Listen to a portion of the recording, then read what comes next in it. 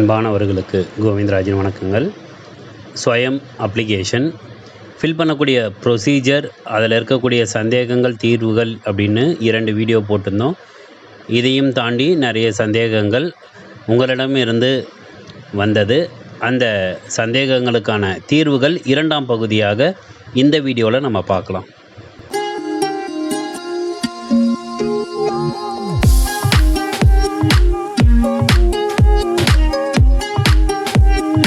ஸ்வயம் கோர்ஸோட application fill பண்ணுவதற்கான காலக்கெடு 1/4/2025லேருந்து 21/4/2025ன்னு கொடுத்துருந்தாங்க.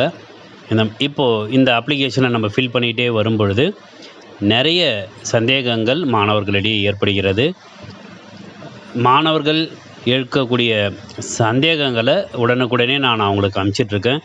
இருந்தாலும் பொதுவான இருக்கக்கூடிய சந்தேகங்கள் எல்லாருக்கும் அது பயன்படட்டும் அப்படின்றதுக்காக தான் இந்த வீடியோ நம்ம வடிவமைச்சிருக்கோம். இப்போது ஒவ்வொரு சந்தேகங்களாக பார்க்கலாம். முதல் சந்தேகம், சார் நான் ஃபஸ்ட்டு 4 வீக் அசஸ்மெண்ட் சப்மிட் பண்ணலை. ஒவ்வொரு கோர்ஸுக்கும் குவிஸ்ஸு, அசைன்மெண்ட் அப்படின்னு 2 விஷயம் கொடுத்துருப்பாங்க. இது 2மே இன்டர்னல் மார்க்ஸ்க்கு அவங்க போடுவதற்கு வசதியாக இருக்கும். இந்த குவிஸும் அசைன்மெண்ட்டும் அவங்களுக்கு சப்மிஷன் டேட் கடைசி நாள்னு வச்சுருப்பாங்க. அந்த தேதிக்குள்ளே நீங்கள் சப்மிட் பண்ணிட்டீங்கன்னா இன்டர்னல் மார்க்ஸை அதை கால்குலேட் பண்ணுவாங்க. சில கோர்சஸ்க்கு இந்த குவிஸும் அசைன்மெண்ட்டும் டேட்டு முடிஞ்சிருக்கும். நீங்கள் சப்மிட் பண்ணாதவங்க பற்றி பரவாயில்ல. நீங்கள் இப்போது இந்த எக்ஸாம் அப்ளிகேஷனை ஃபில் பண்ணிவிட்டு உங்களுடைய ரிட்டன் எக்ஸாம், அதாவது ஆன்லைன் எக்ஸாமை நீங்கள் எழுதி முடிச்சுட்டு அதுக்கப்புறம் ரிசல்ட் வந்ததுக்கப்புறம் பாருங்கள். சப்போஸ் இன்டர்னல் மார்க்கில் போட்டிருந்தாங்கன்னா பாஸ் செய்வதற்கான வாய்ப்புகள் உண்டு. அப்போ உங்களுக்கு சர்டிஃபிகேட் வந்துடும். இன்கேஸ் அப்போ இன்டர்னல் மார்க் உங்களுக்கு வரல, ஃபெயில் ஆகிட்டாங்கன்னா சர்டிஃபிகேட் வராது. அதனால் இப்போ நீங்கள் இந்த 4 வீக் அசைன்மெண்ட்டு சப்மிட் பண்ணல, குவிஸ் அசைன்மெண்ட் சப்மிட் பண்ணலன்னா இப்போ கோர்ஸுக்கு போயிட்டு சப்மிட் பண்ணுவதற்கான ஆப்ஷன் இருக்கான்னு பாருங்கள். அப்படி இல்லைன்னா நீங்கள் முடிஞ்சால் எக்ஸாம் அப்ளிகேஷன் ஃபில் பண்ணுங்கள். இல்லைனாலும் நீங்கள் அடுத்த கோர்ஸ் வரப்போ நீங்கள் ஜாயின் பண்ணிங்க. இது உங்களுடைய சாய்ஸ். சார் என்னோடய கோர்ஸில் அசைன்மெண்ட்டுன்னு ஒன்று இல்லையே சார், ஜஸ்ட்டு குவிஸ் மட்டும்தான் இருக்குது, வாட் ஷுட் ஐ டூ அப்படின்னு கேட்டிருக்காங்க. உங்களுடைய கோர்ஸில் அசைன்மெண்ட்டோ இல்லை குவிஸோ இது 2மே இருக்கும். சில கோர்ஸஸ்க்கு குவிஸு மட்டும்தான் இருக்குன்னா அதை பற்றி நீங்கள் கவலைப்பட தேவையில்லை. அசைன்மெண்ட்டு பகுதி இல்லைனாலும் நீங்கள் அதை பற்றி கவலைப்பட தேவையில்லை. இந்த குவிஸை மட்டும் நீங்கள் கரெக்டாக முடிச்சிடுங்க. இது இவங்களுக்கு மட்டும்தான் இது பொருந்தும். மற்றவங்களுக்கு குவிஸ் அசைன்மெண்ட்டு சேர்ந்து இருந்தால் 2மே தான் நீங்கள் முடிச்சாகணும். QR யூஸ் பண்ணி பே பண்ணிட்டேன் சார், 500 டெபிட்டும் ஆயிடுச்சு. பட் பேமெண்ட் பெண்டிங்னு வருது sir, please can you reply sir அப்படின்னு கேட்டிருந்தாங்க.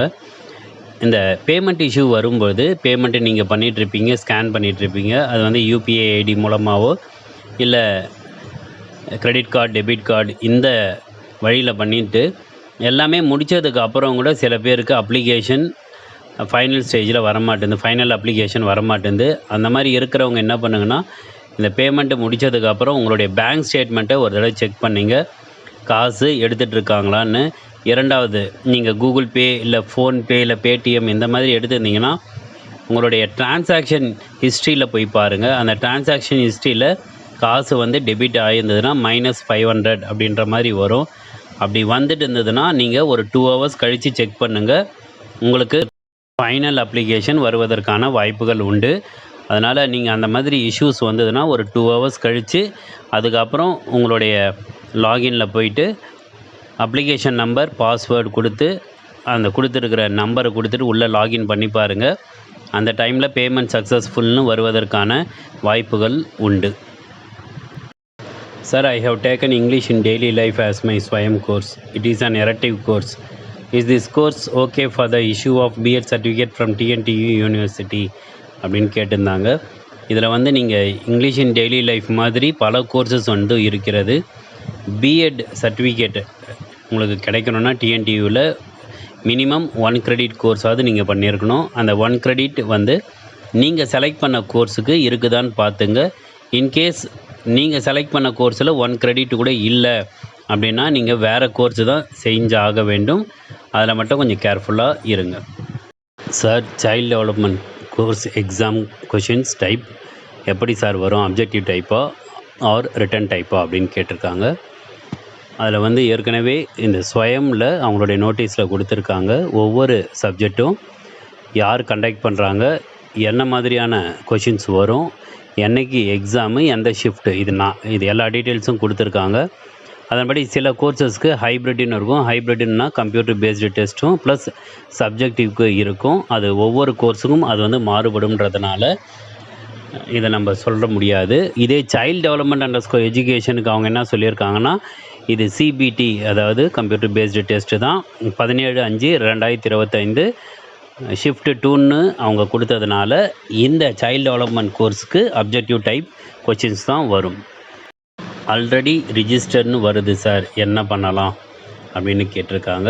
ஆல்ரெடி ரிஜிஸ்டர்னு வந்தது எப்போ வரும்னா 2 சமயத்தில் வரும். ஒன்று வந்து இப்போ நீங்கள் நியூ ரிஜிஸ்டர்னு கொடுத்து ஜாயின் பண்ணதுக்கப்புறம் கோர்ஸ் எல்லாத்தையும் முடிச்சுட்டு பேமெண்ட்டு முடிச்சிட்டிங்க அப்படின்னு வந்தீங்கன்னா நீங்கள் திருப்பியும் நியூ யூஸரில் போக முடியாது. அதே மாதிரி போன வருஷம், அதாவது நீங்கள் யூஜிலேயோ அல்லது எம்எட் படிக்கக்கூடிய மாணவர்கள் பிஎட்டோ நீங்கள் வந்து ஸ்வயமில் பண்ணியிருந்தீங்க, அப்போ நான் ரிஜிஸ்ட்ரேஷன் பண்ணிட்டேன் அப்படின்ற மாதிரி இருக்கிறவங்களுக்கும் ஆல்ரெடி ரிஜிஸ்டர்னு வரும். அவங்க வந்து என்ன பண்ணணும்னா இமெயில் ஐடி பாஸ்வேர்டு கொடுத்து நீங்கள் என்ன பண்ணணும்னா லாகின் பண்ணிங்கன்னா நீங்கள் இந்த தடவைக்கு நீங்கள் அப்ளை பண்ணலாம். அதனால் நீங்கள் ஆல்ரெடி ரிஜிஸ்டர்ட் வந்துன்னா ரொம்ப பேனிக் ஆக தேவையில்லை, இப்படி தான் பண்ணணும். அடுத்ததாக டபுள் டைம் பேமெண்ட் பண்ணிட்டேன் ப்ரோ, என்ன பண்ணலாம் ப்ரோ? சார் ஒரு ஹெல்ப்பு, ஸ்வயம் எக்ஸாமுக்கு அப்ளை பண்ணிட்டேன் sir, payment QR code scan பண்ணிட்டேன், அமௌண்ட் சென்ட் பண்ணிட்டேன், ஒரு மெசேஜ் வரல, அமௌண்ட் சென்ட் ஆகிட்டு சார் அப்படின்ற மாதிரியும் கேள்வி வருகிறது. இது இரண்டுத்துக்கும் வந்து ஃபஸ்ட்டு கேள்விக்கு பாருங்கள், டபுள் டைம் பேமெண்ட் பண்ணிட்டேன் அப்படின்ற மாதிரி இருந்தால் நீங்கள் உங்களுடைய பேங்க் ஸ்டேட்மெண்ட்டை ஒரு தடவை செக் பண்ணிவிடுங்க. நீங்கள் 2வது தடவை பண்ண பேமெண்ட் அமௌண்ட் வந்து ரிட்டர்ன் வந்துடுச்சான்னு பாருங்கள். இன்கேஸ் ரிட்டர்ன் வந்துடுச்சுன்னா பரவாயில்ல, ரிட்டர்ன் வரலன்னா கொரியை வந்து ஒரு இமெயில் அனுப்பணும் அப்படின்ற மாதிரி கொடுத்துருந்தாங்க. அந்த இமெயில் அட்ரஸ்ஸு இப்போ உங்களுக்கு ஸ்க்ரீனில் தெரியுது பாருங்கள். இந்த இமெயில் அட்ரஸ்க்கு நீங்கள் வந்து உங்களுடைய கொரியை நீங்கள் அனுப்பலாம். இந்த மாதிரி நான் வந்து பே பண்ணும்போது 2 தடவை பே பண்ணிட்டேன், 2 தடவை பே பண்ணதுனால எனக்கு வந்து செகண்ட் டைம் உண்டான பேமெண்ட்டுக்கு உண்டான அமௌண்ட்டை வந்து திருப்பி அனுப்ப வேண்டுமாய் நான் கேட்டுக்கொள்கிறேன்னு இங்கிலீஷில் டைப் பண்ணி நீங்கள் அனுப்பிச்சிட்டிங்கன்னா அவங்க வந்து உங்களுக்கு ரெஸ்பான்ஸ் பண்ணுவாங்க. எக்ஸாமுக்கு அப்ளை பண்ணிட்டேன் sir, payment QR code scan பண்ணிவிட்டேன், அமௌண்ட் சென்ட் பண்ணிவிட்டேன், ஒரு மெசேஜ் கூட வரல. இதுக்கு நம்ம ஏற்கனவே சொன்ன மாதிரி ஒரு 2 மணி நேரம் அல்லது ஒரு 3 மணி நேரம் வெயிட் பண்ணிவிட்டு அதுக்கப்புறம் செக் பண்ணுங்கள். உங்களுடைய பேமெண்ட் வந்து சக்ஸஸ்ஃபுல் ஆகிறதுக்கான வாய்ப்புகள் உண்டு. சார் எனக்கு மெயில் ஓடிபி வரும்போது என்னோடய நேம் தப்பாக வருது, ஆனால் ஓடிபிலாம் வருது, எதனால்? சர்டிஃபிகேட் நேம் தப்பாக வருமா சார் அப்படின்னு. ஒரு தடவைக்கு 2 தடவை உங்களுடைய நேமை நீங்கள் செக் பண்ணிவிடுங்க. இன்கேஸ் நேம் எதனா தப்பாக இருந்ததுன்னா உங்களுடைய இப்போ சர்டிஃபிகேட்டு 10th 12th என்ன சர்டிஃபிகேட் நேம் எப்படி இருக்கோ அதே மாதிரியே இந்த ஸ்வயமுக்கான நேமை நீங்கள் கொடுத்துடுங்க. இன்கேஸ் உங்களுக்கு இப்போ நீங்கள் பண்ணலை அப்படின்ற மாதிரி இருந்தாலும் ஏப்ரல் 22லேருந்து ஏப்ரல் 25 வரை உங்களுடைய அப்ளிகேஷனுக்கு கரெக்ஷன்ஸ் கொடுக்குற டைமில் நீங்கள் உங்களுடைய நேமை சேஞ்ச் பண்ணிவிடுங்க. போன வீடியோலேயே நம்ம இந்த கம்யூனிட்டி சர்டிஃபிகேட்டுக்கு நம்ம சொல்லியிருந்தோம். Sir I have BC community certificate, இதை வச்சு அப்ளை பண்ணலாமா இல்லை ஜென்ரல் கேட்டகரியில் தான் பண்ணணுமான்னு. பிசி வந்து சென்ட்ரல் கவர்மெண்ட் ஜாபில் வந்து அது வந்து ஓபிசி சர்டிஃபிகேட்டாக வாங்க சொல்கிறாங்க. நீங்கள் வந்து பிசி இங்கே வந்து கம்யூனிட்டி சர்டிஃபிகேட் பிசியோ இல்லை எம்பிசியோ இல்லை டிஎன்சியோ நீங்கள் சர்டிஃபிகேட் வாங்கி வச்சுருந்தீங்கன்னா இதை வச்சுட்டு நீங்கள் அப்ளை பண்ண முடியாது. ஏற்கனவே அப்ளை பண்ணிட்டவங்க நீங்கள் விட்டுடுங்க. புதுசாக அப்ளை பண்ணுறவங்க ஓபிசி சர்டிஃபிகேட் வாங்க முடியுமான்னு பாருங்கள். ஓபிசி சர்டிஃபிகேட் வாங்க முடியலன்னா நீங்கள் ஜென்ரல் கேட்டகரியை செலக்ட் பண்ணிவிட்டு அப்ளை பண்ணிவிடுங்க. இந்த ஜென்ரல் கேட்டகரிக்கும் ஓபிசி கேட்டகரிக்கும் ஒரே ஒரு டிஃப்ரென்ஸு ஃபீஸ் கன்செஷன் தான். அதனால் நீங்கள் ஓபிசி சர்டிஃபிகேட் இருந்ததுன்னா ஓபிசி சர்டிஃபிகேட் அப்லோட் பண்ணுங்கள், இல்லைனா ஜென்ரல் கேட்டகரியை அப்ளை பண்ணிவிடுங்க. அதனால் எந்த தவறும் கிடையாது. இப்போது அசைன்மெண்ட் அப்லோட் பண்ணலாமான்னு கேட்டிருக்காங்க. அசைன்மெண்ட்டுக்கும் குவிஸுக்கும் ஒவ்வொரு கோர்ஸுக்கும் என்றைக்கு லாஸ்ட் டேட்டு என்ன டைமிங்குள்ளன்றது ஒவ்வொரு கோர்ஸுக்கும் கொடுத்துருப்பாங்க. ஒவ்வொரு கோர்ஸுக்கும் இது வந்து மாறுபடும். இன்கேஸ் நீங்கள் செலக்ட் பண்ண கோர்ஸுக்கு இன்னும் குவிஸுக்கும் அப்படி இல்லைன்னா அசைன்மெண்ட்டுக்கும் டேட்டு கொடுத்துருந்தாங்கன்னா இப்போ நீங்கள் கூட பண்ணலாம். அப்படி சப்போஸ் உங்களுக்கு டேட்னா முடிஞ்சு போயிருந்ததுன்னா நீங்கள் அசைன்மெண்ட்டை சப்மிட் பண்ண முடியாது. அடுத்ததாக how to correction for applying course. ஏற்கனவே கோர்ஸை வந்து அப்ளை பண்ணிவிட்டு அதில் கரெக்ஷன்ஸ் இருக்குது.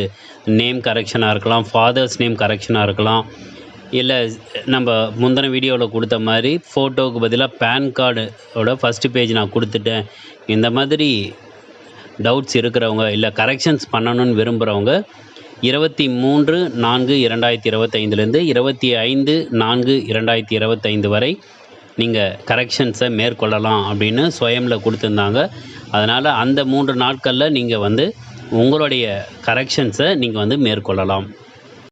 அமௌண்ட் பே பண்ணிவிட்டேன், டெபிட்டட் வருது சார், பட் பேஜ் லோகுண்டு ஆக்கிட்டு வெளியே வந்துடுச்சு. திரும்ப பேஜுக்குள்ளே போனால் அகைன் பே வருது, அமௌண்ட் கிரெடிட்டட் ஆகிருமா சார்?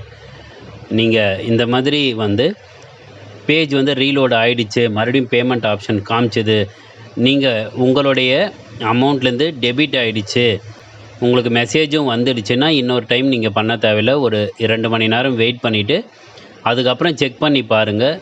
இன்கேஸ் உங்களுக்கு டெபிட் ஆன பணம் உங்களுடைய அக்கௌண்ட்லேயே வந்துடுச்சுன்னா மறுபடியும் நீங்கள் பேமெண்ட் பண்ணுங்கள். அப்படி இல்லைன்னா 2வது முறை நீங்கள் பேமெண்ட் பண்ணாதீங்க, கொஞ்சம் வெயிட் பண்ணிவிட்டு கூட பண்ணுங்கள். ஒரு நாள் டைம் எடுத்துகிட்டு கூட நீங்கள் செக் பண்ணி பார்த்துட்டு அதுக்கப்புறம் செஞ்சிங்கன்னா நல்லாயிருக்கும். சில சமயங்களில் 2 தடவை நீங்கள் பேமெண்ட் பண்ணுற மாதிரி இருக்கும். அதனால தான் நீங்கள் கொஞ்சம் வெயிட் பண்ணிவிட்டு அதுக்கப்புறம் நீங்கள் பேமெண்ட் பண்ணால் கரெக்டாக இருக்கும்.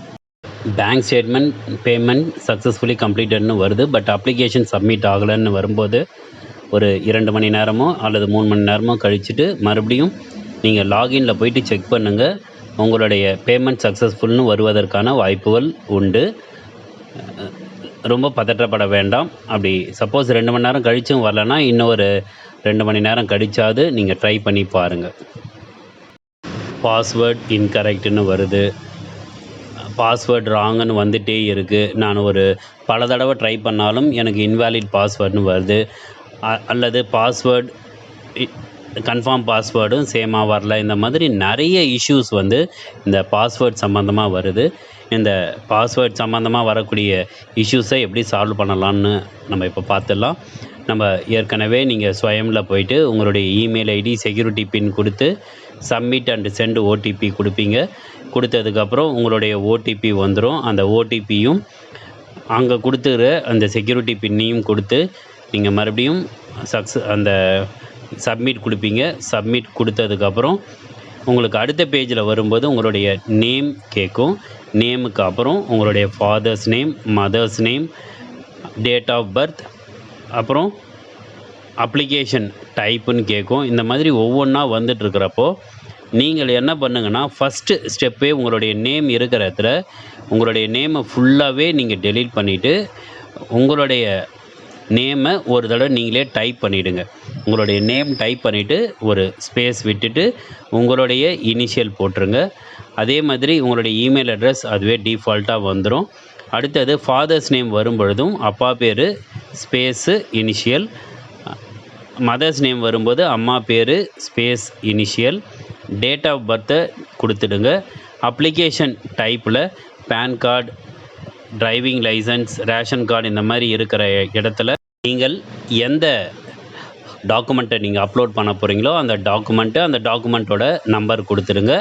இன்கேஸ் உங்களுக்கு நீங்கள் ஆதார் நம்பர் பண்ண போகிறீங்கன்னா கவர்மெண்ட் இஷ்யூடு அந்த ஐடி ப்ரூஃபை நீங்கள் கிளிக் பண்ணிவிட்டு அதனுடைய நம்பர் கொடுத்துட போகிறீங்க.